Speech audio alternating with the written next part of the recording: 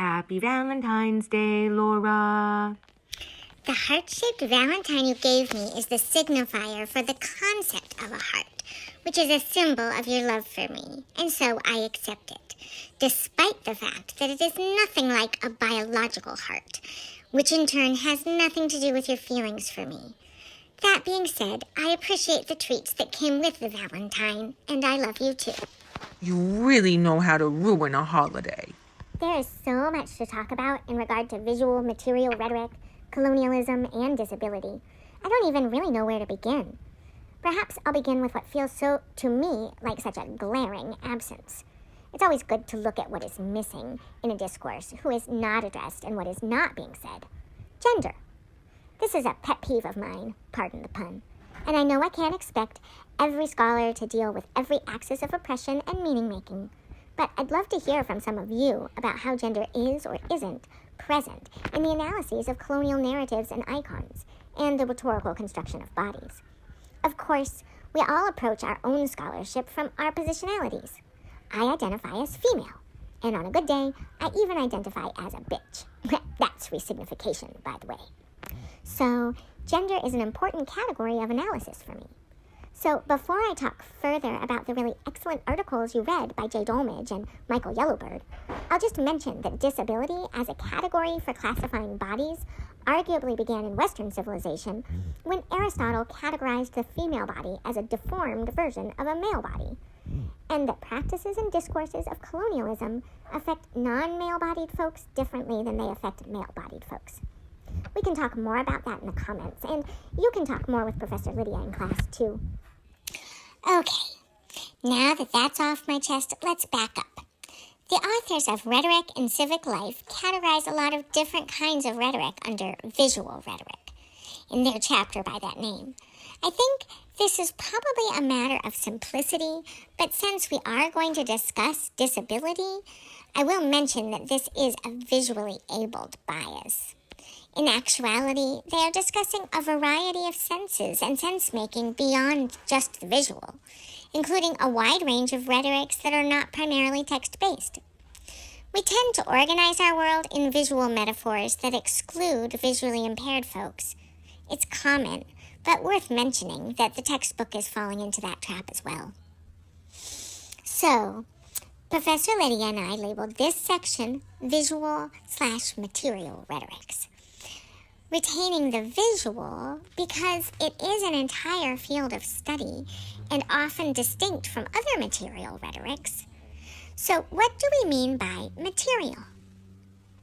Material suggests matter as opposed to form. Things that can be sensed as opposed to more abstract concepts. As a note, this is not the same as materialist rhetoric, which draws on Marxist analytic, which we can discuss more another time.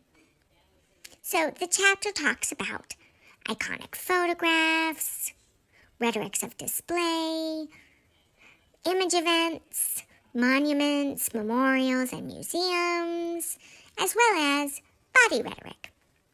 That's a lot. I bet as you read, you could call to mind examples of each of the types of rhetoric they discuss. I bet, as you read, you could call to mind examples of each of the types of rhetoric they discuss. You should pay attention to it all, but I want to pay special attention to the two articles that analyze such rhetorics.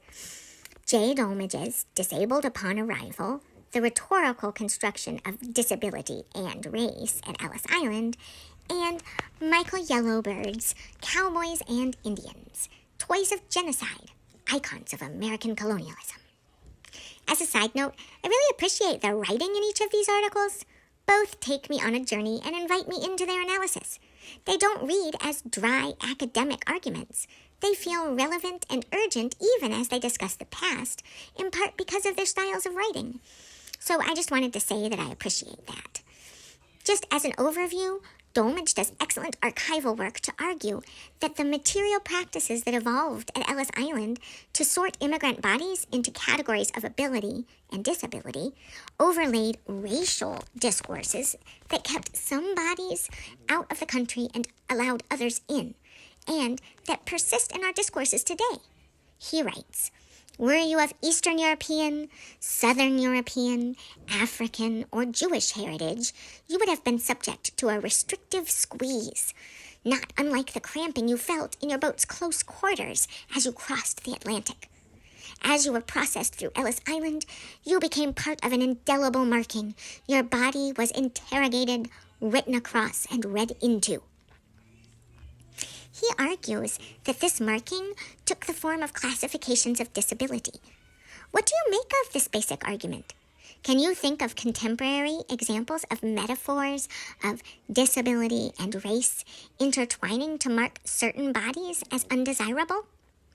You might think about some of the current discourse surrounding immigration across the Mexican border. An important historical aspect of Dolmage's article is the rise of the pseudoscience of eugenics, which argued for selective breeding in order to create the best possible race of American citizens and to eradicate the qualities of disability and race that were undesirable.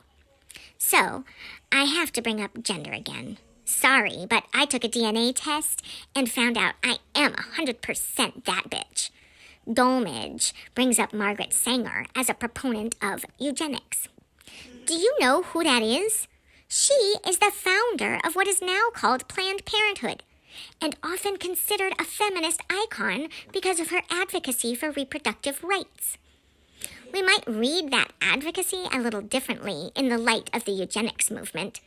In fact, she was a proponent of the forced sterilization of women of color, indigenous women, Latina women, and any woman deemed feeble-minded. Just thought I'd throw that out there for y'all. What surprised you in this article? How do you understand bodies being rhetorically constructed as well as socially constructed? What's the difference analytically? Let's talk a bit about Yellowbird's article, which is about a master narrative of another kind of genocide, one historically much more blunt, the colonization of the Americas and the continuation of a master narrative that pits cowboys against Indians.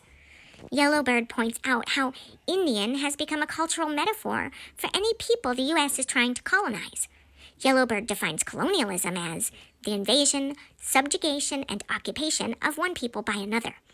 This sounds straightforward, especially if we are looking at U.S. history, but how does it apply to our national rhetoric today? In what ways does colonialism continue through the master narrative? Yellowbird describes. I invite you to take an imaginary journey down a toy aisle, or even through your own old toy box. How do these material items, these toys, contribute to the rhetorical construction of your identity? Of others? Of colonialism and racism? What about sexism? Again, here's my bone to pick. It amazes me how perceptive Yellowbird is in regard to how toys perpetuate a colonial master narrative, while he still openly looks for gender-appropriate toys for his friends' kids. This is a fascinating elision on his part. What do you make of it? Okay, Napoleon is bugging me to go play Pug of War with him. Lydia calls it Tug-a-Pug. It's just where we both gleefully pull on the end of a rope toy and snarl a lot. It's great fun. I wonder if it is rhetorically constructing us in some way. Ugh, sometimes I just need to play and not think.